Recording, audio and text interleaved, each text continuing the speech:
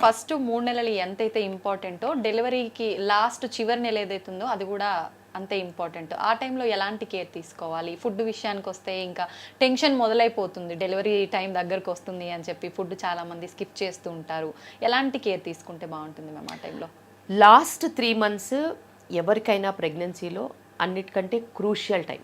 ఎందుకంటే ఇప్పుడు జనరేషన్కి చెప్తున్నాను, వాళ్ళకి ఎక్కువగా బేబీ వెయిట్ పెరిగేది లాస్ట్ 3 మంత్స్. సో వాళ్ళ గ్రోత్ స్కాన్కి అనుగుణంగా వాళ్ళు ఆహారం తీసుకోవాలి.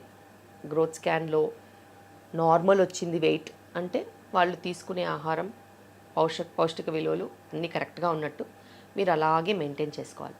గ్రోత్ స్కాన్లో వెయిట్ తక్కువ వచ్చిందనుకో, దానికి అనుగుణంగా ప్రోటీన్ పెంచాలి, కార్బోహైడ్రేట్స్కి ప్రోటీన్ పెంచాలి. ఒకవేళ గ్రోత్ స్కాన్లో వెయిట్ ఎక్కువ వచ్చిందనుకో, మీరు తీసుకునే ఆహారం ఎక్కువ తీసుకుంటున్నారని కొంచెం బ్యాలెన్స్ చేసుకొని కార్బోహైడ్రేట్స్ తగ్గించి ప్రోటీన్ పెంచుకోవాలి. ఇలాగే మీరు యాక్టివిటీ పెంచుకోవాలి. నాకు అర్థమవుతుంది, ఎందుకంటే వాళ్ళకి పొట్ట హెవీగా అయిపోయేసరికి నడవాలన్నా కూర్చోవాలన్నా ఎక్సర్సైజ్ చేయాలన్నా కష్టంగా ఉంటుంది. కానీ ఇదే టైంలో మీరు ఫ్లెక్సిబుల్గా ఉంటే కింద కూర్చొని బటర్ఫ్లై స్క్వాట్స్ అన్నా, లేకపోతే లంజెస్ అన్నా, లేకపోతే కొంచెం మెట్లు ఎక్కడం అన్నా, దిగడం అన్నా, ఇంటి పనులు చేసుకోవడం అన్నా, లేకపోతే బట్టలు మడత పెట్టడమా, లేకపోతే కొంచెం క్లీనింగ్, స్వీపింగ్, మాపింగ్ లాంటివి ఏదన్నా చేసుకుంటూ ఉంటే మీ పెల్విక్ ఫ్లోర్కి కరెక్ట్ ఎక్సర్సైజ్ అయ్యి నార్మల్ డెలివరీ బెటర్గా ఉంటుంది. అదేవిధంగా లాస్ట్ 3 మంత్స్లో మీరు మంచి ఫ్లెక్సిబుల్గా యాక్టివ్గా వర్క్ చేసినట్టు అయితే డెలివరీ ఎలాగో సులువుగా అవుతుంది. డెలివరీ తర్వాత కూడా బేబీకి సంబంధించిన పనులన్నీ ఇలాంటివే ఉంటాయి. కూర్చోవడం, గంటలు గంటలు ఫీడింగ్ ఇవ్వడం ఉంటుంది. ఎండ్యూరెన్స్, ఈ మజిల్స్ గట్టిగా ఉంటే బేబీని క్యారీ చేయడం ఈజీగా ఉంటుంది. దాంతోపాటు మీరు బేబీకి స్నానం చేయించాలన్నా కానీ, బట్టలు మార్చాలన్నా కానీ, డైపర్స్ మార్చాలన్నా కానీ, ఏది చేయాలన్నా, బేబీ బట్టలు క్లీన్ చేసుకోవాలన్నా కానీ, లేకపోతే పెరిగే పిల్లలకి వంట చేసి ఫుడ్ పెట్టాలన్నా, తినిపియాలన్నా కూడా ఆ ఓర్పు, సహనం మీకు తోడవుతుంది. మీ పనులు ఎవ్వరు చేసినా, మీరు మీ పనులు చేసుకోకపోయినా, మీరు ఒక అన్ప్రిపేర్డ్ మదర్ కింద డెలివరీ అయినా, ఏదో రకంగా నాలాంటిది ఏదన్నా దొరికిందనుకో డెలివరీ చేసేస్తుంది, నార్మల్ డెలివరీ చేస్తుంది. చేసిన తర్వాత ఏంటి పరిస్థితి? అప్పుడు ఎవరో ఒక సపోర్ట్ ఉండాల్సింది. తర్వాత సపోర్ట్ వాళ్ళు పై పనులు చేస్తారమ్మా. నువ్వు పిల్లకి ఫీడింగ్ ఇవ్వాలి కదా. అవునవును. ఇప్పుడు ఫీడింగ్ ఇవ్వమంటే నా చైన్ వస్తుంది, నేను ఇవ్వనంటున్నారు. మరి దానికి ఏంటి సమాధానం? నా చైన్ వస్తుంది అంటున్నారు, ఎందుకంటే ఆ చేత్తో ఏ పనులు చేసింది లేదు. ఓ పచ్చళ్ళు పెట్టింది లేదు, వడియాలు చేసింది లేదు, జంతికలు చేసింది లేదు, ఏమీ చేసింది లేదు. అవును. సో ఆ హ్యాండ్స్కి బలం లేదు. మరి బలం లేనప్పుడు బేబీ కేర్ ఎట్లా చేస్తారు? నేను ఒక్కటే చెప్తున్నాను, నేను ఏ యాక్టివిటీస్ నేర్పించినా, ఎంత యోగా నేర్పించినా కూడా మీ అప్పర్ బాడీ స్ట్రాంగ్గా ఉండాలి. Lower body is for delivery, abdomen is for giving pressure, upper body is for strength. So me strength, core strength ఎంత ఉండాలో అప్పర్ బాడీ స్ట్రెంగ్త్ అంతే ఉండాలి. అవి మీరు రోజు చేసే పనులతో వస్తుంది. అలాంటి పనులు కనుక మీరు చేసినట్టు అయితే బేబీ కేర్ సులువుగా ఉంటుంది. బేబీ కేర్ సులువైనప్పుడే మీరు మదర్హుడ్ ఎంజాయ్ చేయగలుగుతారు. ఎందుకంటే ఆ బాధ్యతని మీరు నిర్వర్తించినప్పుడు ఖచ్చితంగా మీకు ఆ సుఖం అనేది తెలుస్తుంది. అవును. లేకపోతే emotional upset, postpartum depression, feeding ఇవ్వలేనన్న గిల్ట్, బేబీ కేర్ చేసుకోలేకపోతున్నానన్న ఫీలింగ్ వాళ్ళని బేబీ నుంచి డిటాచ్ చేస్తుంది. సో ఆ అటాచ్మెంట్స్ లేకుండా డిటాచ్మెంట్స్ అవుతున్నాయి. డిటాచ్మెంట్స్ అవునప్పుడు వాళ్ళ ఇంటిలో వాళ్ళందరికీ డిఫరెంట్గా కనిపిస్తారు. నువ్వు చూసుకోలేవా అంటారు. తను చూసుకోలేకుండా తయారు చేసిందే నువ్వు. ఎందుకంటే తనకి పనులు ఇవ్వకుండా, ఈ మధ్య కాలంలో ఫ్యాషన్ అయిపోయింది, ప్రెగ్నెంట్ అవగానే అమ్మగారింటికి వెళ్ళిపోతారు. ఎందుకు వెళ్తారో కూడా తెలియదు. అక్కడ వెళ్ళి కూర్చున్న దగ్గరికే మంచినీళ్ళు, కూర్చున్న దగ్గరికే పాలు, లీటర్లు, కూర్చున్న దగ్గరికే ఫుడ్, అసలు ఎటువంటి యాక్టివిటీ చేయనివ్వట్లేదు. సో అలా వెళ్ళిన వాళ్ళకి అలా చేయకుండా ఉన్న దానికి హెల్ప్ చేసిన మదర్సే అన్నిటికంటే బ్యాడ్. సో మీ పిల్లలకి మీరు ఏదైనా మేలు చేయాలనుకుంటే మీరు మీ ఇంట్లోనే ఉండి ఆ అమ్మాయి పనిచేస్తుందా లేదా మానిటర్ చేసుకుంటే పిల్ల సుఖంగా ఉంటుంది, స్ట్రాంగ్గా ఉంటుంది. పనులు చేసుకుంటే బిడ్డను కూడా చూసుకోగలుగుతుంది. మీరు మీ మాతృత్వం ఎంజాయ్ చేశారు కదా, చేశారు. పనులు చేసుకుంటూ పిల్లల్ని పెంచుకుంటూ, అలాగే మీ పిల్లలు కూడా తయారవ్వాలి. అంతేగాని ప్రెగ్నెంట్ అవగానే మా అమ్మాయి చేసుకోలేదు, నేను మా ఇంటికి తీసుకెళ్తా, బాబు వాంతులు వస్తున్నాయి, వీక్ అయిపోతుంది తీసుకెళ్తాను, ఇదే ఈ పిల్ల ఏమో 70 కిలోలు ఉంటుంది, 4 కిలోలు తగ్గలేదా వామిటింగ్ వస్తే, 7 కిలోలు కూడా తగ్గినా నష్టం లేదు. అస్సలు వెయిట్ తగ్గనివ్వరు, క్వింటల్ వెయిట్ పెరుగుతూ ఉంటే వీళ్ళకి అదేం పరమానందము. 20 కిలోలు 30 కిలోలు పెంచుతారు. అసలు అదంతా కరెక్ట్ కాదు. హయ్యర్ వెయిట్స్ ఉన్నవాళ్ళు ఎక్కువగా వెయిట్ పెరగాల్సిన అవసరం లేదు. మదర్స్ కొంచెం వాళ్ళు కంట్రోల్ అయితే, ఈ మధ్య మదర్ ఇన్ లాస్ కూడా అట్లాగే తయారయ్యారు. వాళ్ళ పిల్లలు నెక్స్ట్ ప్రోజని వస్తుందని అంటే వీళ్ళకి రెస్ట్ ఇచ్చేయడం, అది చాలా చాలా రాంగ్. ఫిజికల్గా యాక్టివ్గా ఉండాలి. బెడ్ రెస్ట్ తీసుకోవాల్సిన కారణాలు కొన్నే ఉంటాయి. వీళ్ళ బిహేవియర్ చూసి ఇప్పుడు మా ఆబ్స్టెట్రిషియన్స్ కూడా వాళ్ళేమనుకుంటారేమో అనేసి వాళ్ళ లాంగ్వేజ్లోనే మాట్లాడుతున్నారు. అవునమ్మా రెస్ట్ ఇవ్వండి, అవునమ్మా బెడ్ రెస్ట్ ఇవ్వండి. ఎందుకంటే ఇంకో లైన్ అసలు డిస్కస్ చేయాల్సిన అవసరమే లేదు కదా, లేకపోతే సో వాళ్ళు కూడా తానా అంటే తందానా అంటున్నారు. అవి ఇంకా బ్యాడ్గా అవుతున్నారు, ఇంకా వెయిట్ ఎక్కువ అయిపోతుంది, బేబీ సెక్షన్స్కి లీడ్ అవుతున్నాయి. సో నేను మట్టుకు నా దగ్గర మీరు చూసుంటారు అక్కడ no travelling, no work from home, ఎటువంటి లెటర్స్ ఇవ్వను, మీరు ఆఫీస్కి వెళ్ళాల్సిందే, హోమ్ టౌన్కి ట్రావెల్ చేయడానికి పర్మిషన్ ఉండదు. సో అలా నేను పెట్టాను. ఎందుకంటే వాళ్ళు వెళ్ళి అనవసరంగా వెయిట్ గెయిన్ అవుతున్నారు, తర్వాత నాకే ప్రాబ్లము, వాళ్ళకే ఫ్యూచర్ ప్రాబ్లం. ఫ్యూచర్ వాళ్ళకి కనిపించదు కదా, కానీ నాకు కనిపిస్తుంది వాళ్ళ ఫ్యూచర్. సో నేను ఎంత వీలైతే అంతగా రెస్ట్రిక్ట్ చేయాలని చూస్తున్నాను. చాలామంది వింటారు, ఎందుకంటే వాళ్ళకి ఒక 15-20 నిమిషాలు మళ్ళీ ఎక్స్ప్లెయిన్ చేస్తే వాళ్ళకి అర్థమవుతుంది. సో పేరెంట్స్ వచ్చిన వాళ్ళకి కూడా నేను అదే చెప్తున్నాను, ప్రేమ ఉండొచ్చమ్మా, కానీ ప్రేమ వేరు, హెల్త్ వేరు. ప్రేమ ఉంటే మీరు డబ్బు రూపాన ఆమెకి ఏదైనా ఇవ్వండి, వస్తువు రూపాన ఏదైనా ఇవ్వండి, అంతేకాని లడ్డూలు, ప్రేమతో సున్నుండ్లు, బెల్లం లడ్లు అలాంటివన్నీ చేసి పంపించొద్దు. పంపిస్తే ఆమె ఆరోగ్యం పాడవుతుంది. ఇప్పుడు ఉన్న పరిస్థితిలో 80% ఉంది డయాబెటీస్ ఇన్ ప్రెగ్నెన్సీ. బికాస్ ఒకప్పుడు అంతా 35-40 కేజీస్తో ప్రెగ్నెంట్ అయ్యేవాళ్ళు. ఇప్పుడు చూపించండి, 100లో ఒక్కరు కూడా ఉండట్లేదు అలా. అందరూ 65, 70, 75. ఈ 65 to 75 బ్రాకెట్ ఎక్కువ ఉంది. 75 నుంచి 120 బ్రాకెట్ కూడా 30% ఉన్నారు. 35 నుంచి 45 కేజీస్ బ్రాకెట్ 2% అయ్యారు. ఇప్పుడు నేను నా ప్రాక్టీస్ గురించే చెప్తాను. ఊళ్ళల్లో కూడా కార్బోహైడ్రేట్స్, రైస్ అవైలబిలిటీ ఉంది కాబట్టి, పండుతోంది కాబట్టి కార్బోహైడ్రేట్స్ తిని వెయిట్ వస్తుంది, పీసీఓడి సమస్యలు వస్తున్నాయి. సో ప్రాబ్లమ్స్ అన్ని చోట్ల ఉన్నాయి, వాళ్ళు చూడట్లేదు, కనిపిస్తున్నాయి కానీ చూడట్లేదు. ఏ తల్లి అయినా కానీ తను ప్రెగ్నెంట్గా ఉన్నప్పుడు ఒక 35-40 కేజీస్ ఉన్నప్పుడు నువ్వెందుకు వెయిట్ పెరుగుతున్నావు ఇలాగా అని కూతుర్ని అడుగుతోందా? లేదు. కనీసం కూతురికి వంట నేర్పిస్తోందా? మరి వంట నేర్పించినప్పుడు నువ్వు ఎలా బతకాలో చెప్పలేనప్పుడు, బయట ఫుడ్ తింటున్నప్పుడు వారానికి ఒక్కసారికి మించి నువ్వు తినొద్దు అని చెప్పలేని పరిస్థితిలో ఉన్నప్పుడు వీళ్ళ ఆరోగ్యం వాళ్ళ చేతిలో ఎలా ఉంటుంది? ఉండదు. అది ఆలోచించాలి కదా వాళ్ళు. So home cooking is the first thing that should happen. చిన్న పిల్లల దగ్గర నుంచి పెద్దగా అయ్యేంత వరకు ఇంట్లో వంట అనేది చాలా ఇంపార్టెంట్. వాళ్ళకి రావాలి, వాళ్ళు స్వయం కృషి చేసి వండుకోగలగాలి. వేరే వాళ్ళు వండింది తింటే వెయిట్ పుట్ ఆన్ అవుతారు, వాళ్ళు క్వాలిటీగా ఫుడ్ తింటున్నారని నమ్మకం ఉండదు. మనం వంట చేసుకుంటే మనము ఆర్గానిక్ కొనుక్కోవచ్చు, నీట్గా కడుక్కోవచ్చు, పద్ధతిగా వండుకోవచ్చు, ఎంత నూనె పడుతుంది, ఎంత తింటున్నామో ఉంటుంది. మనం క్యాలరీస్ బర్న్ చేస్తాం కాబట్టి మనం తిన్నదానికి మనం లాభం, ఆరోగ్యంగా ఉంటాం. క్యాలిక్యులేషన్స్ అన్ని కరెక్ట్గా ఉంటాయి. వండే వాళ్ళు ఎప్పుడు ఎక్కువ తిన్నారు చూడండి. అవును మ్యామ్. ఎందుకంటే వాళ్ళకి ఆ కష్టం తెలుసు. వండని వాళ్ళు, హోటల్లో వెళ్ళిన వాళ్ళు అడ్డదిడ్డంగా తింటారు, వాళ్ళు లావ్ అవుతారు. స్థూలకాయ సమస్యలతో పాటు వచ్చే బీపీలు, షుగర్లు, కొలెస్ట్రాల్, ఫర్టిలిటీ సమస్యలు, అన్ని ప్రాబ్లమ్స్ ఉంటాయి. కానీ ఇంట్లో పేరెంట్సే చెప్పాలి, ఖచ్చితంగా వాళ్ళని రెస్ట్రిక్షన్లో పెట్టాల్సిందే. మ్యామ్, నార్మల్ డెలివరీ విషయానికి వస్తే వన్స్ ప్రెగ్నెన్సీ కన్ఫర్మ్ అయిన దగ్గర నుంచే మనము ఆ ప్లానింగ్ అనేది ఉండాలంటారా? ఖచ్చితంగా. ఎందుకంటే ప్రెగ్నెన్సీ ప్లాన్ చేసుకున్నప్పటి నుంచి మనకి 8 మంత్సే ఉంటుంది. అవును.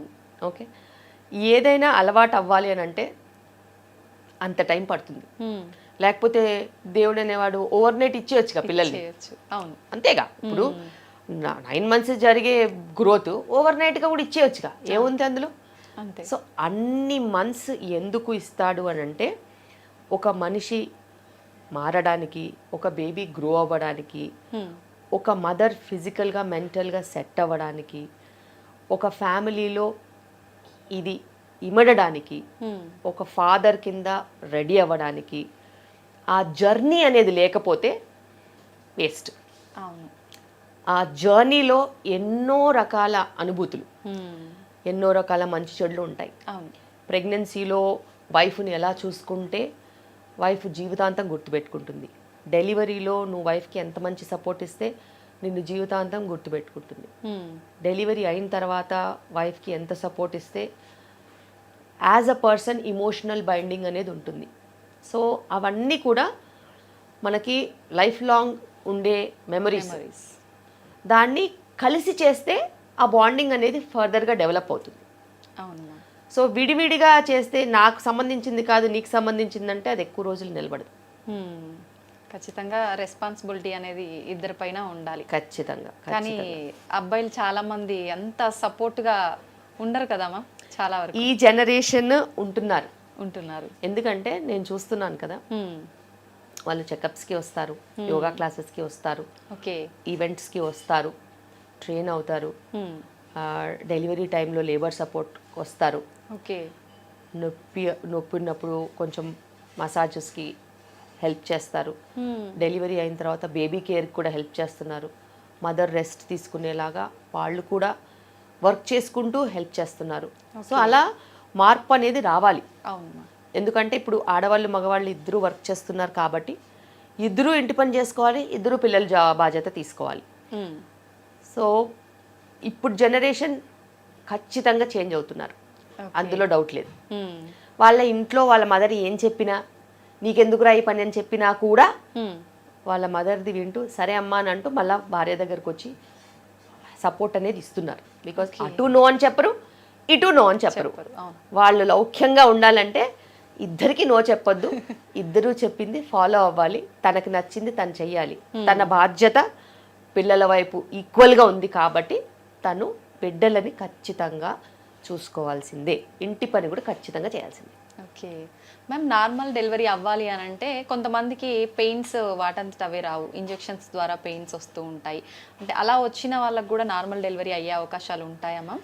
నార్మల్ డెలివరీకి కావాల్సింది ఏంటంటే ఒక కరెక్ట్ బేబీ, మంచి పెల్విస్, మంచిగా ఓపెన్ అయ్యే సర్విక్స్. ఓకే, ఇప్పుడున్న టెక్నాలజీలో పెయిన్స్ ఏముంది, బోలెడు మెడిసిన్స్ ఉన్నాయి.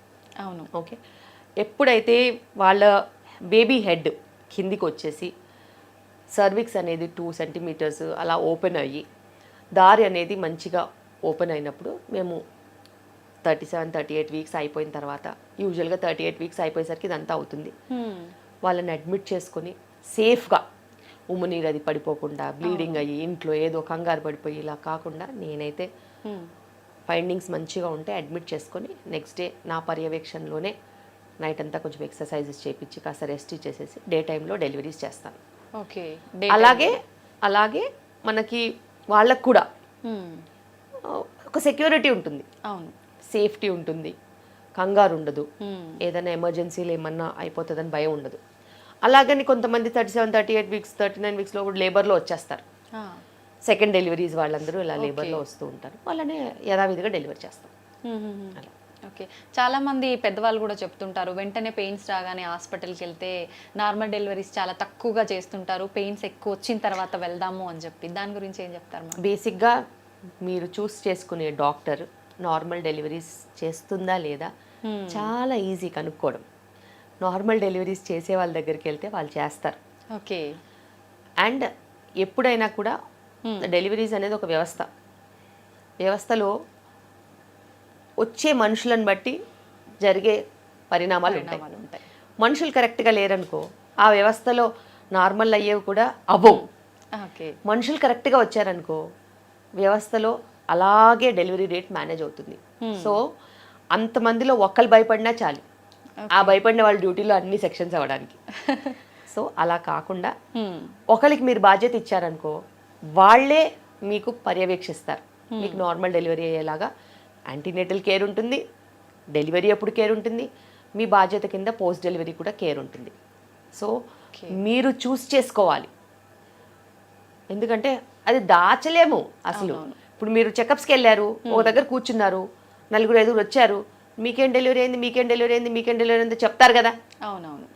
అందుకే మేము ఇక్కడ ఏం చేసాము, యోగా క్లాసెస్ ఉంటాయి ప్రతి ఆదివారం పొద్దున. ఓకే, మీరందరూ యోగా క్లాసెస్కి రావచ్చు ఫ్రీ. ఒక వారం యోగా ఉంటుంది, ఒక వారం జుంబా ఉంటుంది, ఒక వారం మ్యూజిక్ థెరపీ, అట్లా ఏవో అన్నీ నడుస్తూ ఉంటాయి. ఓకే, అలా 30, 40, 50, 60 మంది ప్రెగ్నెంట్ కపుల్స్ వస్తారు, వాళ్ళు మాట్లాడుకుంటారు. గ్రూప్స్ పెట్టాం, వాట్సాప్ గ్రూప్స్ ఉంటాయి. నా పేషెంట్స్ అందరూ వాట్సాప్ గ్రూప్లో ఉంటారు. వాళ్ళు కరెక్ట్గా మాట్లాడుకుంటారు. దాచుకోవడం ఏముండదు, దాపరికాలు ఏముండవు.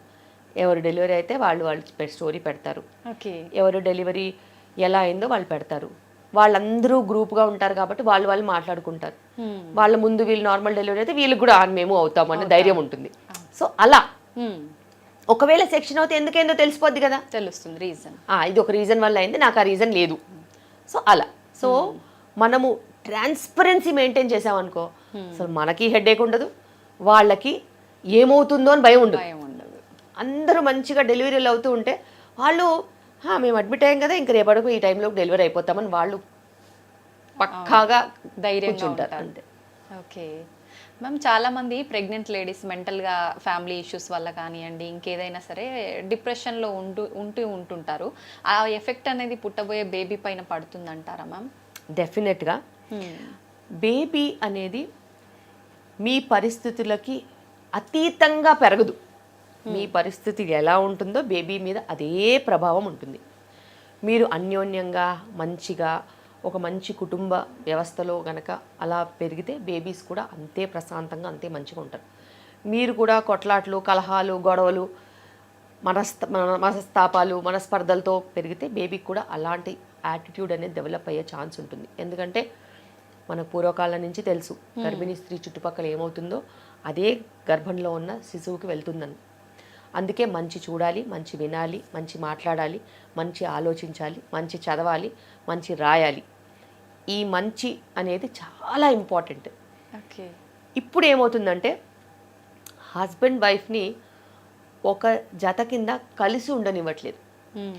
ఒక పక్క తల్లిగారు రమ్మంటారు, ఒక పక్క కష్టపడి పని చేయకని చెప్తారు, ఒక పక్క అత్తగారు వాళ్ళేమో ఇప్పుడే ఎందుకు పని చేయండి అని చెప్తారు. దాంట్లో మొగుడు పిల్లలు కొట్టుకుంటూ ఉంటారు. ఇది ఎంత కరెక్ట్ కాదు అసలు. వ్యవస్థ అనేది ఏంటి, ప్రెగ్నెన్సీ, ఇద్దరూ ప్రెగ్నెంట్, ఆమె ఒక్కతే ప్రెగ్నెంట్ కాదు, ఇద్దరూ ప్రెగ్నెంట్, ఇద్దరికి బాధ్యతలు రావాలి. వాళ్ళు కలిసి ఉంటారు, కలిసి మెలిసి ముందుకెళ్తారు, కలిసి ప్రెగ్నెన్సీని చూసుకుంటారు, బేబీని కూడా కలిసే చూసుకుంటారు. మీరు మధ్యలో వెళ్ళి వాళ్ళకి కలహాలు తీసుకురావద్దు. అలా ఎంతోమంది వాళ్ళ మదర్ రమ్మంటుంది, వీళ్ళ మదర్ వద్దంటుంది. అసలు మదర్లు ఎవరు, వీళ్ళే పేరెంట్స్ అవ్వబోతున్నారు. ఇండివిజువల్గా వీళ్ళకి డిసిషన్ మేకింగ్ ఉండాలి. సో అలా ఒక మనస్తర్పలు వచ్చిన తర్వాత ఒకసారి గొడవలు అయిన తర్వాత మళ్ళీ అదే టాపిక్ డిస్కషన్ అవుతూ ఉంటుంది రిపీటెడ్గా. అదేమన్నా ఒక 1 వీక్ అయితే ఆగడానికి లేదు, 8 మంత్స్ ఉంది. 8 మంత్స్లో ఎన్ని డిస్కషన్స్ అవుతాయి ఇలాంటివి. సో కలహాలు రాకుండా ఉండాలంటే మూడో వ్యక్తిని రిలేషన్షిప్లోకి తీసుకురావద్దు.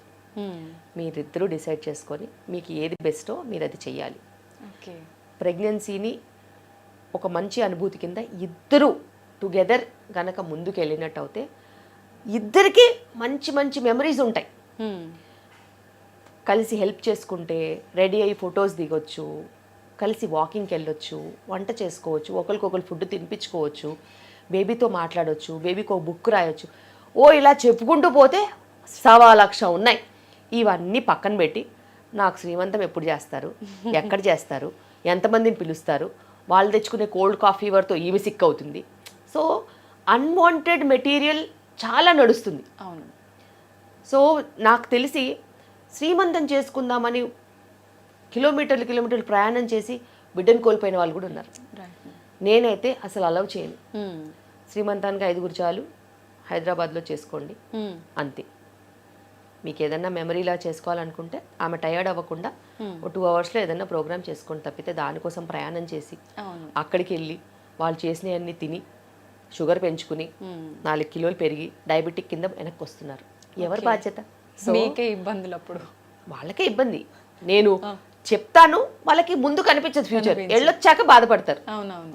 సో ఇలాగే ప్రయాణాలు చేసి నార్త్ ఇండియన్స్ కూడా హైదరాబాద్లో ఉంటారు కాబట్టి రాజస్థాన్ అని, మధ్యప్రదేశ్ అని, కోల్కతా అని వెళ్ళిన వాళ్ళు ఎంతోమందిని బిడ్డను పోగొట్టుకుని అక్కడి నుంచి ఫోన్ కాల్ చేసి నాకు పెయిన్ వస్తుంది ఏం చేయాలి డాక్టర్ అంటే, మీరు ప్రయాణం ఎందుకు చేశారు అని అంటే ఎమర్జెన్సీ ఉండి రావాల్సి వచ్చిందన్న.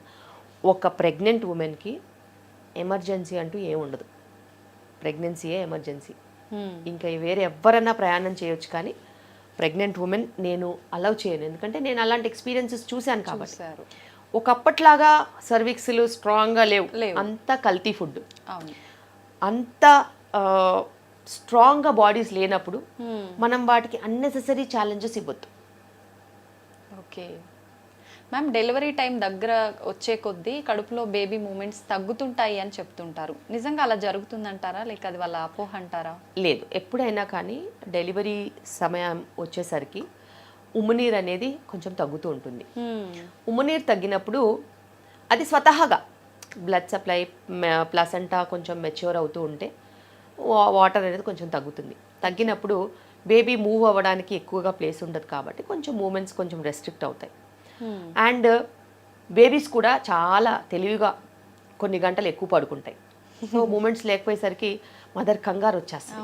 సో అప్పుడు మేము చెప్తాము, ఏదైనా వేడివేడిగా తాగితే మూమెంట్స్ వస్తాయి, లేకపోతే ఏదైనా మ్యూజిక్ వింటే మూమెంట్స్ వస్తాయి, కొంచెం ట్రై చేయండి అని చెప్తాం. అలాంటి సమయాల్లో మళ్ళీ మూమెంట్స్ వచ్చేస్తాయి. సో వాటర్ తగ్గడం మూలాన కొంచెము ఇలా మూమెంట్స్ తగ్గుతాయి తప్పితే కొన్నిసార్లు బ్లడ్ సప్లై ఇష్యూస్ ఉంటే కూడా తగ్గుతాయి.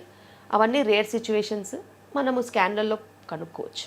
ఓకే మ్యామ్, చాలామంది పిల్లలు మానసికంగా వీక్గా పుడుతుంటారు కొన్ని సందర్భాల్లో. అప్పుడు గర్భంలో ఉన్నప్పుడు జరిగే కొన్ని సిచ్యువేషన్స్ని బట్టి అలా పుడుతుంటారా, లేదంటే జెనెటిక్స్ ప్రాబ్లం అయి ఉంటుందంటారా? ఇప్పుడు ఉన్న పరిస్థితుల్లో చాలా రకాల ఫ్యాక్టర్స్ పిల్లలు, అప్పుడే పుట్టిన పిల్లలు, సంవత్సరం లోపు పిల్లలు, 5 సంవత్సరాల లోపు పిల్లల మీద చాలా ప్రభావం చూపిస్తున్నాయి. ఒక తల్లి యొక్క మానసిక శారీరక మార్పులు అనేవి ప్రెగ్నెన్సీలో చాలా ఇంపార్టెంట్. శారీరక మార్పులు అంటే మనం మంచి ఆహారం తీసుకునే టైంకి మెడిసిన్స్ వేసుకుంటే ఓకే, కానీ మానసికంగా తను ఏదైనా ఆందోళనకు ఉన్నట్టయితే తన చుట్టూ గొడవలు, రచ్చ, దాని తర్వాత చాలా ఇన్సెక్యూరిటీస్, తిట్లు, ఏడుపులు, ప్రెషర్స్, స్ట్రెస్తో ఉన్నట్టు అవుతాయి. అవన్నీ బేబీస్కి ట్రాన్స్ఫర్ అవుతాయి. ఆ బేబీస్ కొంచెం ఇరిటబుల్ బేబీస్ కింద ఉంటారు. వాళ్ళకి కారణం లేకుండా ఏడవడము, ఇరిటబుల్గా ఉండడము, బాగా కడుపు నొప్పి వచ్చినట్టు కీయని అరవడము, ఇలాంటివి కొన్ని చూస్తూ ఉంటాం. అదేవిధంగా ఫస్ట్ కపుల్ ఆఫ్ ఇయర్స్ అంటే 1 to 5 years లోపు పిల్లలకి ఎక్కువగా మనం స్క్రీన్ టైం ఇచ్చినా, ఫోన్ ఇచ్చినా, టీవీ ఇచ్చినా, లేకపోతే ల్యాప్టాప్స్ లాంటివి, ఐప్యాడ్స్ లాంటివి ఇచ్చేస్తే ఎక్కువ టైం కోసము వాళ్ళు కూడా దానికి వన్ సైడ్ ఇన్ఫర్మేషన్కి అలవాటు పడిపోయి చాలా ఇరిటబుల్గా చేస్తారు. ఆ స్క్రీన్ తీయగానే బాగా ఏడవడము, దొల్లడము, రకరకాలుగా చేస్తున్నారు. సో అందులో 2-3 రకాలు ఉంటాయి. ఒకటి జెనెటిక్ ప్రభావంతో ఆటిజం లాంటి ప్రాబ్లమ్స్ రావడము, ఆటిజం స్పెక్ట్రమ్ డిజార్డర్ కూడా ఉండొచ్చు, అటెన్షన్ డెఫిసిట్ డిజార్డర్స్ ADHD కూడా ఉండొచ్చు, ఎన్వైరన్మెంటల్ ఇన్ఫ్లుయెన్సెస్తోని రకరకాల మానసిక ప్రాబ్లమ్స్ ఉండొచ్చు. అందుకే హస్బెండ్ వైఫ్కి చెప్తాం మేము, గొడవలు పడద్దు, కలిసి ఉండాల్సిన సమయం, మంచి మెమరీస్ చేసుకోవాల్సిన సమయంలో కలహాలు లేకుండా చూసుకోవాలి, పిల్లల మీద ప్రభావం పడుతుందనేసి. అదేవిధంగా పుట్టిన పిల్లల దగ్గర నుంచి కొన్ని సంవత్సరాల వరకు వాళ్ళకి వైబ్రేషన్స్ కూడా తెలుస్తాయి. ఏదైనా నెగటివ్ వైబ్రేషన్స్ నడుస్తూ ఉంటే వాళ్ళకి అది ఎఫెక్ట్ అయ్యే ఛాన్సెస్ ఉంటాయి. వాళ్ళ మెంటల్ గ్రోత్లో ఇంపాక్ట్ చేస్తాయి. ఓకే, వాళ్ళకి support, love, care, attention, time ఇవన్నీ కూడా చాలా ఇంపార్టెంట్ పిల్లలకి. ఎవరో ఒకరు, ఇంతకుముందు ఉమ్మడి కుటుంబాలు కదా, చాలా బాగా ఉండేవాళ్ళు, ఒకరు కాకపోతే ఒకరు బాగా చూసుకునేవాళ్ళు, కుటుంబ వ్యవస్థ చాలా స్ట్రాంగ్గా ఉండేది. ఇప్పుడు ఇండివిజువల్ న్యూక్లియర్ ఫ్యామిలీస్ అయిపోయేసరికి ఇద్దరే మనుషులు, దాంట్లో ఒక మేడ్ వచ్చిపోతూ ఉంటుంది ఒక బేబీ. సో వాళ్ళకి కలవడానికైనా, మాట్లాడడానికైనా, చూడడానికైనా, ఇంటరాక్ట్ అవ్వడానికైనా వీళ్ళిద్దరు పని చేస్తుంటే ఏం మిగిలింది? సో ఇలాంటివి ఎన్నో రకాల సిచ్యువేషన్స్లో నుంచి బయటకు వచ్చేవే ఈ మానసిక సమస్యలు. ఓకే. అవి ముందు ముందు ఎక్కువ అవుతాయి ఖచ్చితంగా. అందుకే చాలామంది ఇప్పుడు కొత్తగా సెంటర్స్ ఉంటాయి కదా, చైల్డ్ డెవలప్మెంట్ సెంటర్స్. ఇప్పుడు చైల్డ్ డెవలప్మెంట్ సెంటర్స్కి చాలా డిమాండ్ ఉంది. ఎందుకంటే ముందు ముందంతా ఇలాంటి ఆక్యుపేషనల్ థెరపీ కోసం వచ్చే పిల్లలు ఉంటారని. దానికంటే అన్నిటికంటే ఇంపార్టెంట్ కుటుంబ వ్యవస్థ అనేది మెరుగుపడాలి. అందరూ కలిసి ఉండాలి. పిల్లలకి ఆ ప్రేమ ఆప్యాయత అనేది ఇవ్వాలి. మీరు ఇవ్వలేని సమయం మీ ఇంట్లో ఇంకెవరన్నా ఉంటే, అమ్మమ్మలు, తాతలు, ఎవరైనా, వాళ్ళు మాట్లాడుకోవడానికి మనుషులు ఉండాలి. మంచి చెడు చూసుకోవడానికి, అబ్జర్వ్ చేసుకోవడానికి ఉండాలి. వాళ్ళకి ఆ హక్కు. మీరు చిన్నగా ఉన్నప్పుడు మీరు అమ్మమ్మలు, తాతయ్యలు అందరితో కలిసి ఉన్నారు కదా, మరి వీళ్ళని ఎందుకు డిప్రైవ్ చేస్తున్నారు? సో మీరు ప్రైవేట్ స్పేస్ కోసం ట్రై చేస్తుండొచ్చు, మీకు మీ ప్రైవసీ అనేది ఇంపార్టెంట్ అవుతుండొచ్చు. కానీ సైన్స్ హ్యాస్ డిఫైన్డ్ దట్ ఈ స్పేస్ అని వెళ్ళిన వాళ్ళకి స్పేసే మిగులుతుంది, ఇంకేం మిగలదు. సో స్పేస్ అనేది మీరు మీ సొంతంగా మీ చుట్టూ అమర్చుకోవాలి తప్పితే అందరి నుంచి దూరంగా వెళ్ళిపోతే కష్టం. దానికి ఎన్నో రకాల సమస్యలు ఉంటాయి, ముందు ముందు తెలిసి వస్తాయి. కానీ తెలిసి వచ్చిన తర్వాత మీరు వెనక్కి వెళ్ళి మార్చుకోలేరు కదా. సో ఈ రోజే దాని గురించి ఆలోచించాలి. కుటుంబ వ్యవస్థ అనేది చాలా స్ట్రాంగ్ బాండింగ్తో ఉండింది. చిన్న చిన్న రీజన్స్, ప్రైవసీ లేదనో అదో ఏదో అనుకుని దాన్ని పోగొట్టుకోవద్దు. ఎందుకంటే దానివల్ల నష్టం మీకు లేకపోతుండొచ్చు, మీ పిల్లలకైతే ఉంటుంది. నిజం మేడం, చాలా కరెక్ట్గా చెప్పారు. ఇప్పుడు ఈ మధ్యకాలంలో మొత్తం అసలు మీరు అన్నట్టుగా ఇద్దరే పెద్దవాళ్ళు ఉన్న ఫ్యామిలీస్ చాలా తక్కువ. ఉన్న వాళ్ళని తీసుకెళ్ళి ఓల్డేజ్ హోముల్లో పడేయటం ఇలాంటివే చూస్తున్నాం. మ్యామ్, నార్మల్ డెలివరీ విషయానికి వస్తే ఐవీఎఫ్, ఐయుఏ పద్ధతిలో ప్రెగ్నెన్సీ వచ్చిన వాళ్ళకు కూడా సాధ్యపడుతుందంటారా? ఖచ్చితంగా. నా దగ్గరకు వచ్చిన వాళ్ళు ఎవరైనా కూడా మెయిన్ స్ట్రీమ్ ఆబ్స్టెట్రిక్స్లో వెళ్ళిపోతారు. వాళ్ళకి రిస్క్ ఫ్యాక్టర్స్ ఉంటే వాళ్ళు హై రిస్క్ ప్రెగ్నెన్సీ మెడికేషన్స్ మీద ఉంటారు. ఓకే. డెలివరీకి వచ్చేసరికి అప్పుడున్న condition, baby condition, mother condition, delivery కండిషన్ని బట్టే మనం లేబర్ అనేది ప్లాన్ చేస్తాం. వాళ్ళు ఐవీఎఫ్ అని సెక్షన్ చేసే హ్యాబిట్ మాకు లేదు. అండ్ మా దగ్గర ఐవీఎఫ్ చేసుకుని వచ్చిన వాళ్ళు నార్మల్ వాళ్ళకంటే ఫాస్ట్గా డెలివర్ అవుతారు. 3 hours ముందు డెలివర్ అవుతారు వీళ్ళే. ఎస్. ఐవీఎఫ్ చేసుకునే వాళ్ళకి, ఒక నార్మల్గా ప్రెగ్నెన్సీ అయిన వాళ్ళకి, ఐయుఐతో ప్రెగ్నెన్సీ వచ్చిన వాళ్ళకి ముగ్గురికి సేమ్ టైంలో లేబర్ మనం స్టార్ట్ చేసినట్టు అవుతే ఐవీఎఫ్ వాళ్ళు 3 hours ముందు అవుతారు. దాని తర్వాత ఐయుఐ వాళ్ళు అవుతారు. దాని తర్వాత నార్మల్గా కన్సీవ్ అయిన వాళ్ళు అవుతారు. ఓకే. కానీ ముగ్గురికి సేమ్ అవకాశం ఉంటుంది నార్మల్ డెలివరీ అవ్వడానికి. సో ఈ రీజన్స్తో అయ్యాయని చెప్పి ఎప్పుడూ మేము సెక్షన్ చేయము. అలాగే ఫైబ్రాయిడ్స్ ఉన్న వాళ్ళకి, అలాగే బీపీ ఉన్న వాళ్ళకి, ఎవరికైనా. థైరాయిడ్ ఉన్న వాళ్ళకి కూడా ఎక్కువగా సిజేరియన్స్ అవుతుంటాయి? లేదు, థైరాయిడ్కి సిజేరియన్కి అసలు లింక్ లేదు. Thyroid one of the problems that can be controlled very well. మనకి ఇప్పుడు టీమ్ ఆఫ్ ఎండోక్రైనాలజిస్ట్, ఫిజిషియన్లు ఉన్న తర్వాత thyroid can be controlled. And food కూడా మనం ఛానలైజ్ చేసుకొని కరెక్ట్గా తీసుకోవాలి. Okay. Operations only for obstetric reasons, mother related reasons, baby related reasons. Baby related reasons heart beat down అవ్వడము, బేబీ మోషన్ పాస్ చేయడము, లేకపోతే బేబీకి ఏదైనా బయటికి రావడానికి బేబీ చాలా పెద్దగా ఉండడం, ఇవే రీజన్స్. ఇంకా వేరే ఇంకేమన్నా రీజన్స్ ఉంటే ఉంటాయి. మదర్ సైడ్ ప్లసంటా మొత్తం కిందికి ఉండడం, పెల్విస్ నేరోగా ఉండడం, బిగ్ బేబీ స్మాల్ పెల్విస్, లేకపోతే బాగా నేరోగా ఉన్న పెల్విస్ ఉండడం, మాయ మొత్తం అడ్డుగా ఉండడం, ఇవి మదర్ సైడ్ రీజన్స్. సో ఇలాగా ఏదైనా హై కార్డియాక్ అబ్నార్మాలిటీ ఉన్న మదర్స్ ఏమన్నా ఉంటే వాళ్ళకి లేబర్ లోడ్ తట్టుకోకపోవడం, అలాంటివి ఏమన్నా ఉంటే సెక్షన్ చేయాల్సిన అవసరం వస్తుంది.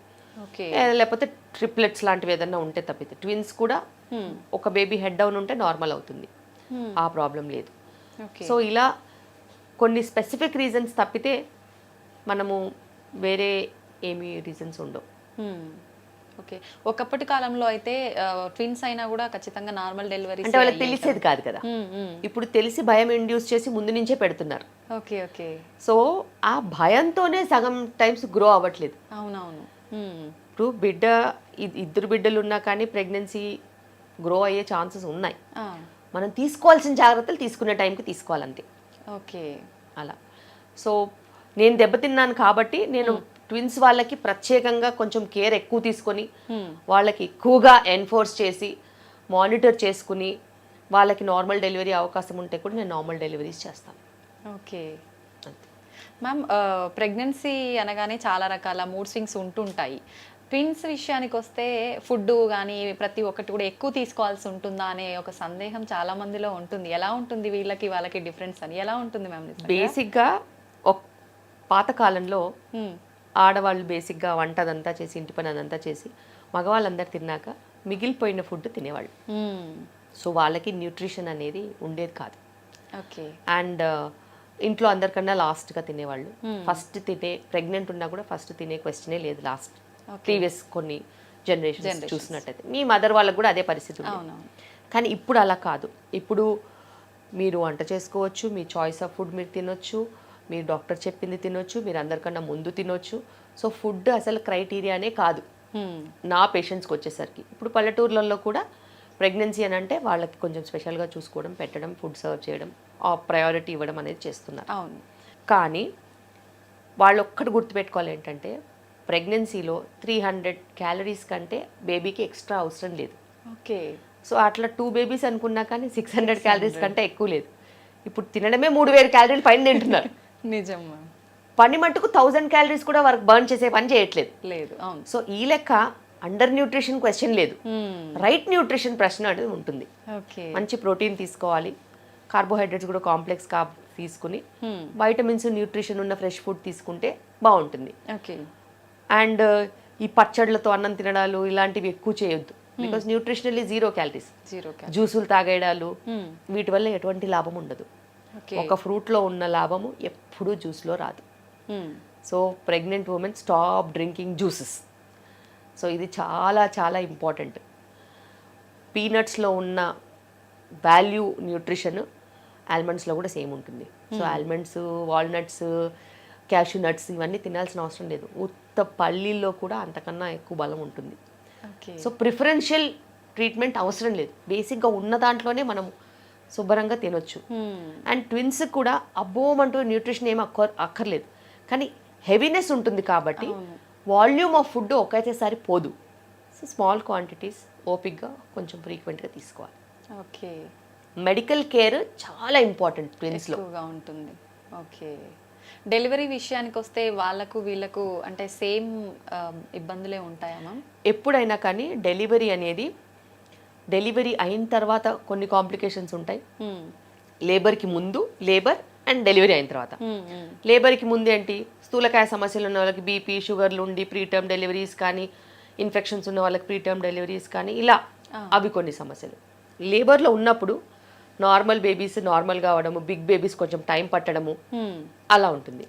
డెలివరీ అయిపోయిన తర్వాత బిగ్ బేబీస్ డెలివరీ అవుతే మదర్కి రక్తస్రావం ఎక్కువ అవ్వడము, పీపీహెచ్ లాంటి సమస్యలు, లాక్టేషన్కి కొంచెం ఎక్కువ డిమాండ్ ఉంటుంది, తక్కువ సప్లై ఉంటుంది, అలాంటి సమస్యలు, లాచింగ్ ఇష్యూస్, ఇలా ప్రీటర్మ్ డెలివరీస్ అయిన వాళ్ళకి ఫీడింగ్ ఇమ్మీడియట్గా రాదు, బ్రెస్ట్ మిల్క్ ఎక్స్ప్రెస్ చేసి ఇవ్వాలి, ఫీడింగ్ ట్రైనింగ్ ఉంటుంది, దాని తర్వాత లాచింగ్ ట్రైనింగ్ ఉంటుంది. సో ఏ స్టేజ్లో ఏ ఫేజ్లో ఉన్న ప్రాబ్లమ్స్ ఆ ఫేజ్లో ఉంటాయి.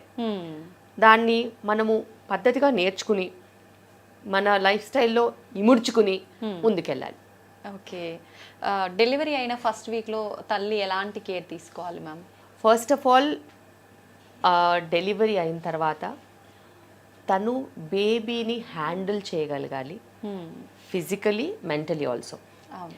బేబీస్ ఒకసారి ఎక్కువ ఏడుస్తారు, ఒకసారి పడుకుంటారు, ఒకసారి లేవరు, ఒకసారి ఏడుస్తూనే ఉంటారు, ఒకసారి మోషన్ 10 times వెళ్తారు, అసలు వారం రోజుల వరకు మోషన్కి వెళ్ళరు.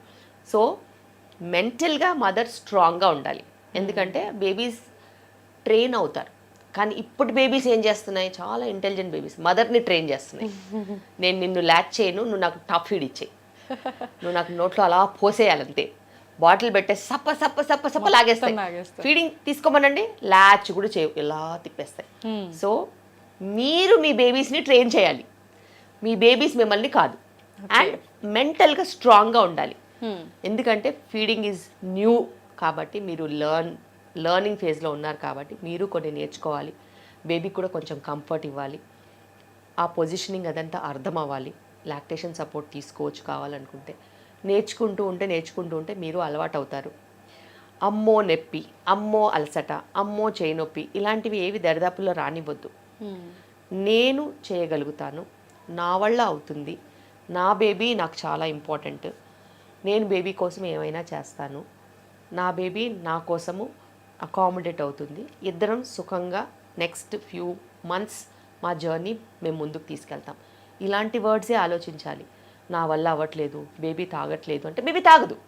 సో ఆ negative vibes, okay. So anything negative చెప్పొద్దు, ఆల్వేస్ పాజిటివ్ చెప్తే బేబీ అలాగే ట్రైన్ అవుతుంది.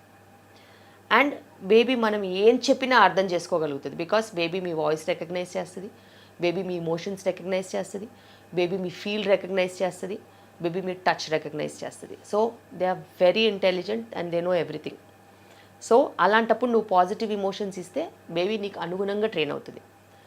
బేబీస్ ఏం చేస్తున్నాయంటే బేబీ కంఫర్ట్ కోసం, వాటికి మంచి చెడులు తెలియదు, బేబీ కంఫర్ట్ కోసము, బేబీ తన లైఫ్ తను బతకడం కోసము, తన లైఫ్ తను ఆ సర్వైవింగ్ ఇన్స్టింక్ట్ అంటాం కదా, దానికోసము ఫాస్ట్గా వచ్చే మిల్క్ని ప్రిఫర్ చేస్తుంది, త్వరగా ఇచ్చే మిల్క్ని ప్రిఫర్ చేస్తుంది. కానీ అది తనకు తెలియదు కదా. మనం మంచిగా ట్రైన్ చేసుకోవాలి. 1-2 సార్లు హాస్పిటల్కి వెళ్ళినా నష్టం లేదు, 1-2 సార్లు లాక్టేషనల్ కౌన్సిలింగ్ తీసుకున్నా నష్టం లేదు. పర్ఫెక్ట్గా మీరు ట్రైన్ అవ్వాలి, పాజిటివ్గా ఆలోచించాలి. అండ్ బేబీ రెస్ట్ తీసుకునేటప్పుడు, పడుకునేటప్పుడు మీరు కూడా రెస్ట్ తీసుకోవాలి. మీరేం చేస్తారు, బేబీ పడుకుంటే అలా బేబీని చూస్తూ కూర్చుంటారు, కాసేపు ఫోటోలు తీసుకుంటారు, కాసేపు అటు ఇటు కాలక్షేపం చేసి ఫోన్లో మాట్లాడి తిరుగుతారు. మళ్ళీ బేబీ లేస్తుంది కదా, అప్పుడు మీరు టైర్డ్ అయిపోతారు. సో బేబీ రెస్ట్ తీసుకునేటప్పుడు మీరు రెస్ట్ తీసుకొని బేబీ ప్యాటర్న్కి అనుగుణంగా మీరు బిహేవ్ చేస్తే డెఫినెట్గా మీరు అలసిపోరు, పాజిటివ్గా ఉంటారు, ఎనర్జీ కూడా ఉంటుంది. అండ్ బేబీకి మీరు ఫ్రెష్గా కనిపిస్తారు. ఇదేంది బేబీ అలసిపోయిన మదర్ ఉంది, నాకు అసలు బాల్ ఇవ్వాలనే లేదు, ఆ నొప్పి ఈ నొప్పి అనుకుంటుందని బేబీస్కి అర్థమవుతుంది. సో అలాగే బేబీస్ విత్డ్రా అయిపోతారు. ఫీడింగ్ ఆపేయడము, దూరం వెళ్ళిపోవడము, బ్రెస్ట్ ఇవ్వగానే తిప్పేసుకోవడము ఇలా. So they will recognise your emotions. మీరు పాజిటివ్గా ఉంటే పాజిటివ్గానే జరుగుతుంది. ఓకే మ్యామ్, బేబీ డ్రాపింగ్ అంటూ ఉంటారు, ప్రెగ్నెన్సీ ఉమెన్ దీన్ని గుర్తించడం సాధ్యపడుతుందంటారా? డెఫినెట్గా. ఎందుకంటే ఇప్పుడు సపోజ్ ఒక 37-38 వీక్స్ అనుకోండి, మీకు ఇలా ఉంటుంది ప్రెగ్నెంట్ ఉమెన్కి, ఇంత పైకి ఉంటుంది పొట్ట. సో వాళ్ళు 1 కిలోమీటర్ నడిచారనుకోండి అలసిపోతారు, కానీ బేబీ డ్రాప్ అయిపోయిన తర్వాత ఇంకో 1/2 కిలోమీటర్ కూడా నడవగలుగుతారు. ఆ బ్రెత్లెస్నెస్ ఎఫెక్ట్ పోతుంది, కిందికి లైట్నింగ్ వస్తుంది, గాలి పీల్చుకున్నా ఏమనిపించదు, కొంచెం తినగలుగుతారు. సో ఇలా కొన్ని సిమ్టమ్స్ ఉంటాయి, అది లైట్నింగ్తో వచ్చేవి. అలాగే కింద ప్రెషర్ పెరుగుతుంది, యూరిన్ ఫ్రీక్వెన్సీ పెరగడం, పెల్విక్ ప్రెషర్ అనిపించడం, పెల్విస్లో కొంచెం పెయిన్ ఉండడం, హెవీగా కింద అనిపించడం. సో ఇలాంటివి కొన్ని ఉంటాయి. సో పైన లైటింగ్ తెలుస్తుంది, కింద ప్రెషర్ తెలుస్తుంది. సో ఇలా వాళ్ళు ఖచ్చితంగా రికగ్నైజ్ చేస్తారు. ఎందుకంటే ఇప్పుడు చాలా సెన్సిటివ్గా ఉన్నారు కదా, ఒక దగ్గర కూర్చుని ఎక్కువ పని చేస్తున్నారు కాబట్టి వాళ్ళకి పని లేనప్పుడు వాళ్ళకి చిన్నది ఏదైనా మార్పు వచ్చినా తెలిసిపోద్ది. ఇంతకు ముందు అంతా పొలంలో పనులకి వెళ్ళేవాళ్ళు, ఇటుకల పని, సిమెంట్ పని, లేకపోతే ఇంకో పనికి వెళ్ళేవాళ్ళు. వాళ్ళు చేసే బండెడ్ చాకరీకి 4-5 సెంటీమీటర్లు అయిపోయి ఇంకో 2 గంటల డెలివరీ ఉండగా ఇప్పుడు ఆమెకు పెయిన్ తెలుస్తుంది. ఎందుకంటే వాళ్ళు పనిలో పడిపోయి పెయిన్ కూడా పక్కన పెట్టేస్తారు. ఫస్ట్ ఈ పని అయిపోవాలి, తినడం అయిపోవాలి, అన్నీ అయిపోవాలి, రాత్రికి అన్ని పనులు అయిపోయి పడుకున్న తర్వాత ఒక నొప్పి తెలుస్తుంది, హాస్పిటల్ తీసుకెళ్లే లోపు డెలివరీ అవుతుంది. సో అలా ఇప్పుడు పరిస్థితి లేదు. ఎల్లుండి లేబర్ అంటే ఇప్పుడు వాళ్ళకి పెయిన్ తెలిసిపోద్ది. సో మీకు ఇప్పుడు కాదమ్మా ఇంకా 2 days పడుతుంది అంటే వాళ్ళు వినడానికి రెడీగా ఉండరు.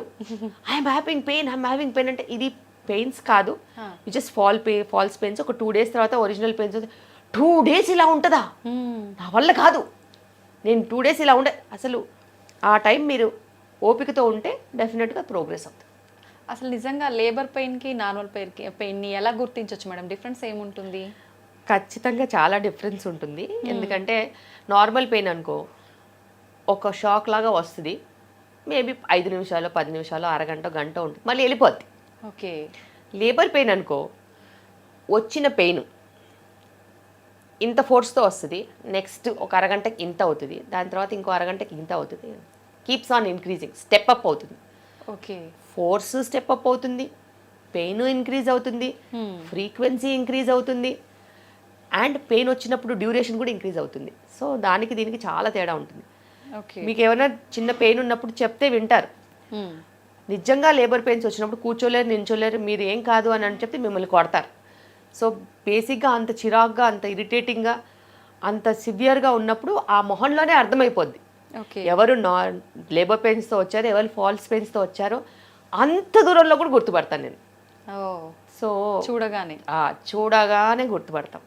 ఓకే మేడం, ఇప్పుడు చాలా రకాల రీజన్స్ వల్ల మెన్స్ట్రువల్ సైకిల్ పోస్ట్ పోన్ కోసం చాలామంది మెడిసిన్ వాడుతున్నారు. దానివల్ల ప్రెగ్నెన్సీకి ఏమైనా ఎఫెక్ట్ అయ్యే అవకాశం ఉంటుందంటారా?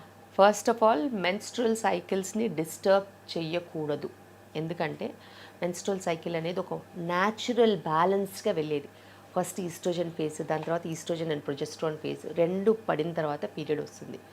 ఇందులో ఒక ఎగ్ ఫామ్ అయ్యి రిలీజ్ అయ్యి ప్రొజెస్ట్రాన్ సపోర్ట్తో అలా ఎగ్ 15 డేస్ వచ్చి దాని తర్వాత ప్రెగ్నెన్సీ లేకపోతే పీరియడ్ వస్తుంది. ఇలాంటి ఒక న్యాచురల్ ఫేజ్ని మీరు అన్వాంటెడ్ మెడికేషన్స్తో డిస్టర్బ్ చేస్తే బాడీ కన్ఫ్యూజన్లో పోతుంది. కన్ఫ్యూజన్లో పోయినప్పుడు అది ఎగ్ ఫామ్ చేయాలా, ఎగ్ ఎన్ని రోజులకు తీసుకెళ్ళాలి, ఎప్పుడు రిలీజ్ చేయాలి, రిలీజ్ అయిన ఎగ్ ప్రొజెస్ట్రాన్ 15 రోజులు రావాలా, 20 రోజులు రావాలా, ఇలా బాడీని మనం కన్ఫ్యూజ్ చేస్తాం. కన్ఫ్యూజ్ చేసినప్పుడు 50% of the time body will recover, 50% of the time they will not recover and they will have infrequent cycles, లేకపోతే ఫ్రీక్వెంట్ సైకిల్స్, లేకపోతే over bleeding, under bleeding or bleeding ఆగకపోవడం, క్లాట్స్ రావడం, ఇలా ఎన్నో సమస్యలతో వాళ్ళు వస్తారు. అలా రావద్దు అని అనుకునే వాళ్ళు ఎప్పుడు పోస్ట్పోన్మెంట్ పిల్స్ వేసుకోవద్దు. It's a natural phenomena. అదేమి పాయిజన్ కాదు, అదేమి అంటరానితనము కాదు. సో ఒక న్యాచురల్ మెన్స్ట్రువల్ సైకిల్ని ఎప్పుడూ డిస్టర్బ్ చేయొద్దు. అలా డిస్టర్బ్ చేసిన వాళ్ళకి మళ్ళీ ప్రెగ్నెన్సీస్ రాని రోజులు ఉన్నాయి, మళ్ళీ పీరియడ్స్ రాని రోజులు ఉన్నాయి, మళ్ళీ పీసీఓడి మేనిఫెస్ట్ అయ్యి ఇర్రెగ్యులర్ పీరియడ్స్లో పర్మనెంట్గా వెళ్ళిన రోజులు కూడా ఉన్నాయి. సో మనము ఎన్నిసార్లు మనకి కలిసి వస్తుందో చెప్పలేం. అవును మ్యామ్. మనకి కలిసి వస్తుందో రాదో కూడా చెప్పలేం. అన్నెసెసరీ డిస్టర్బెన్స్ అనేది ఎటువంటి రీజన్ ఉన్నా కూడా చేయొద్దు. మీరు డేట్స్కి అనుగుణంగా వ్యవహరించండి. పోస్ట్పోన్ చేసే పరిస్థితి మట్టుకు తీసుకురావద్దు. తీసుకొచ్చినప్పుడు మీరు ఇలాంటి సిచ్యువేషన్స్కి గేరప్ అవ్వాలి. మరి అవ్వ కావాలి బువ్వ కావాలంటే కష్టం కదా. అవును. మీకు ఇలాంటి ప్రాబ్లంకి అవాయిడ్ కావాలంటే మీరు ఆ ప్రాబ్లమ్స్ని వెల్కమ్ చేయాల్సిన అవసరం ఉంటుంది. కానీ మెన్స్ట్రువల్ ప్రాబ్లమ్స్ అనేవి నిజంగా ఒక ఉమెన్గా చెప్తున్నాను, మెన్స్ట్రువల్ ప్రాబ్లమ్స్ అనేవి చాలా ఒక మనిషిని బాగా వీక్ చేసేస్తాయి. ఆ క్షీణించి వేసినప్పుడు మనస్సులో మనసు ఉండదు, ప్లస్ వాళ్ళు చేసే పనిలో ఏకాగ్రత అస్సలు ఉండదు. అండ్ ఉమెన్కి ఇప్పుడున్న పరిస్థితిలో ఇంటి పని, బయట ఆఫీస్ పని, మల్టీ టాస్కింగ్, పిల్లల పని, ఇన్ని రకాల మల్టీ టాస్కింగ్ చేస్తున్న మదర్కి, ఉమెన్కి రక్తస్రావం జరుగుతూ ఉంటే ఇంకొకసారి ఆలోచించండి, వాళ్ళకి అసలు ఏదైనా మేనేజ్ చేయడం కుదురుతుందని. వాళ్ళు మానసికంగా కూడా చాలా ప్రాబ్లమ్స్ ఎదుర్కొంటారు. సో పీరియడ్స్ని ఎప్పుడు డిస్టర్బ్ చేయొద్దు, పీరియడ్స్ని ఎప్పుడు టచ్ చేయొద్దు. రకరకాల మూడ్ స్వింగ్స్ ఉంటుంటాయని కొంతమంది చెప్తుంటారు, అదంతా నిజమేనా మ్యామ్? డెఫినెట్గా మూడ్ స్వింగ్స్ ఉంటాయి, కానీ ఈ మూడ్ స్వింగ్స్ అన్నిటికీ కూడా లైఫ్ స్టైలే కారణం. జంక్ ఫుడ్ తీసుకోవడం, హై సాల్ట్ ఉన్న ఫుడ్ తీసుకోవడం, హై కార్బ్స్ ఉన్న ఫుడ్ తీసుకుంటే అలా ఖచ్చితంగా మూడ్ స్వింగ్స్ ఉంటాయి. పీరియడ్స్ వచ్చేటప్పటికి కొంచెం న్యూట్రిషనల్లీ మంచి ఫుడ్స్ తీసుకుని, ఒక ఫ్రూట్ తీసుకోవడము, లేకపోతే ఎండు ద్రాక్ష కొంచెం నీళ్ళలో నానబెట్టుకుని రోజు మార్నింగ్ ఆ నీళ్ళు తాగేసి ఎండు ద్రాక్ష తినడము, కోకోనట్ లాంటివి తీసుకోవడము, అలాంటి మన ఇంట్లోనే ఎన్నో చిట్కాలు ఉన్నాయి. అవి రెగ్యులర్గా తీసుకొని వ్యాయామము, వాకింగ్ లాంటిదో రెగ్యులర్గా చేసుకుని టైంకి పడుకుంటే ఎటువంటి హెల్త్ ప్రాబ్లమ్స్ ఉండవు. మూడ్ స్వింగ్స్ దూరంగా ఉంటాయి, పీరియడ్స్ రెగ్యులర్గా ఉంటాయి, మీరు ఆరోగ్యంగా ఉంటారు, రక్తస్రావం కంట్రోల్లో ఉంటుంది, అన్నీ సవ్యంగా జరుగుతాయి. కానీ మనం దాని ట్రాక్లో వెళ్ళకుండా ఎక్కడ పడితే అక్కడ పానీపూరి తినేసి, ఎక్కడ పడితే అక్కడ పిజ్జాలు బర్గర్లు తినేసేసి, ఎక్కడ పడితే అక్కడ ఏ టైంకి పడితే ఆ టైం పడుకుని అలా గంటలు గంటలు టీవీలు చూసేసుకుంటూ పొద్దున్న బ్రేక్ఫాస్ట్ లేదు, లంచ్ టైంకి ఉండదు, డిన్నరు 10:30-11ంటికి చేస్తే అది బాడీయా బస్తానా? సో చాలా ఇంపార్టెంట్. మీరు ఒక హ్యూమన్ బాడీతో డీల్ చేస్తున్నారని ప్రతి ఒక్కరు మర్చిపోతారు. ఏదో మిషన్ ఓవర్ ఆయిలింగ్ చేస్తే అయిపోద్ది అని అనుకున్నట్టు చాలా మంది అది కూడా ట్రై చేశారు. ఆ సెంటర్కి ఈ సెంటర్కి వెయిట్ లాస్ కని ఓవర్ ఆయిలింగ్ కని వెళ్తారు. ఎటువంటి ప్రయోజనాలు ఉండవు.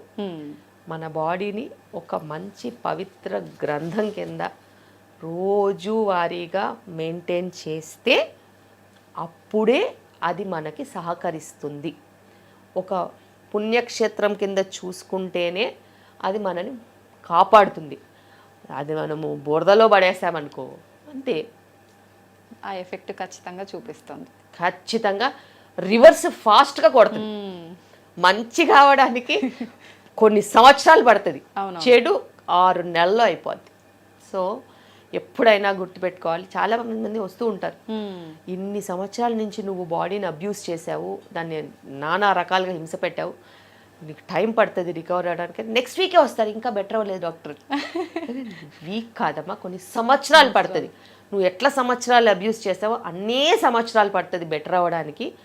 ఆ టైం నీకు తెలియలేదు, ఈ టైం నువ్వు రోజు లెక్క పెట్టుకునే పరిస్థితి. ఎందుకంటే రోజు సఫర్ అవుతున్నావు. అవును, నీ బాడీ సఫర్ అయినప్పుడు నీకు తెలియలేదు, నువ్వు వినలేదు. అవును. సో అది చాలా ఇంపార్టెంట్. ఎప్పటికప్పుడు అది మనకి ఏదో ఒక రకంగా చెప్తూనే ఉంటుంది, కానీ మనం పట్టించుకోము. కరెక్ట్. ఎక్కువగా అయ్యే వరకు చూసుకుంటాం, తర్వాత ఖచ్చితంగా బాధపడాల్సిందే. మొత్తానికి ప్రెగ్నెన్సీ వాళ్ళైనా నార్మల్ ఉమెన్ అయినా ఎవరైనా వాళ్ళ డైట్ అనేది కరెక్ట్గా ప్లాన్ చేసుకుంటే, లైఫ్ స్టైల్ చాలా ఇంపార్టెంట్. దానికి 5 పిల్లర్స్ ఉంటాయి.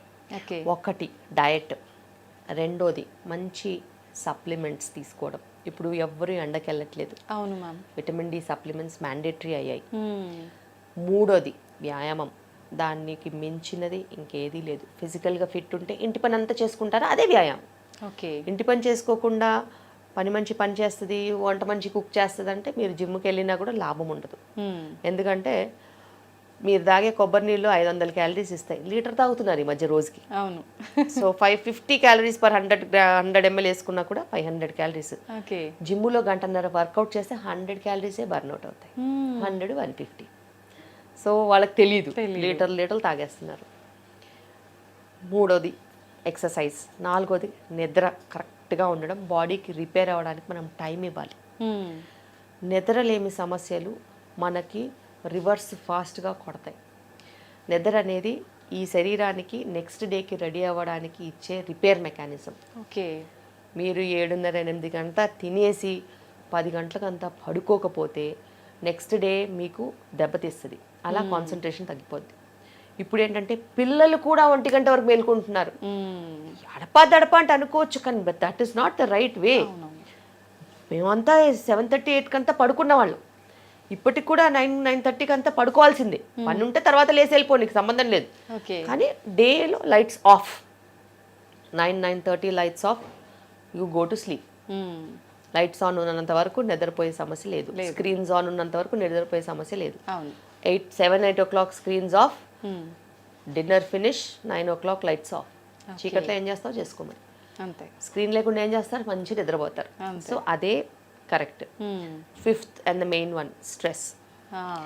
ఎవరు చేసే పనులు వాళ్ళు చేయడానికి స్ట్రెస్ ఎందుకు? ఇప్పుడు నేను ఇన్ని 100 డెలివరీలు చేస్తున్నాము, రోజు 70-80 మంది పేషెంట్లను చూస్తాను, అది నేను రోజు చేసే పని, దానికి స్ట్రెస్ ఎందుకు? ఒకరోజు ఎక్కువ లేబర్స్ ఉంటాయి, ఒకరోజు తక్కువ లేబర్స్ ఉంటాయి, ఒకరోజు ఒకటేసారి 4-5 ఎమర్జెన్సీస్ వస్తాయి. చేసే పనే. స్ట్రెస్ తీసుకుంటే ఏమొస్తుంది? బాడీకి నీరసం వస్తుంది. అంతే. సో నీ బాడీకి నీరసం రావద్దంటే నువ్వు స్ట్రెస్ తీసుకోవద్దు. కష్టం వచ్చినా నష్టం వచ్చినా అలాగే నిలబడాలి. నిలబడితే మన ఫైటింగ్ పవర్ మనని ఖచ్చితంగా నిలబడుతుంది. వాళ్ళు ఈ మధ్య కాలంలో మరి ఇప్పుడు అందరూ కష్టమైన చదువులు చదవకుండా చాలామంది సాఫ్ట్వేర్స్ చేసుకుంటున్నారు, కానీ వాళ్ళే అన్నిటికంటే టాప్ లెవెల్లో స్ట్రెస్ మెయింటైన్ చేస్తున్నారు. నాకు లైఫ్లో స్ట్రెస్ లేదు, నేను ప్రశాంతంగానే ఉన్నాను. నేను చేసే పని నేను చేసుకుంటాను, అర్ధరాత్రి అయినా లేసి వస్తాను, హాయిగా పని చేసుకుంటాను, వెళ్ళిపోతాను, మళ్ళీ పడుకుంటాను. ఇప్పుడున్న కాలంలో స్ట్రెస్ మ్యాక్సిమం ఉండేది సాఫ్ట్వేర్ వాళ్ళకి. మ్మ్. అనుకోని టైమింగ్స్లో వర్కింగ్, అవును.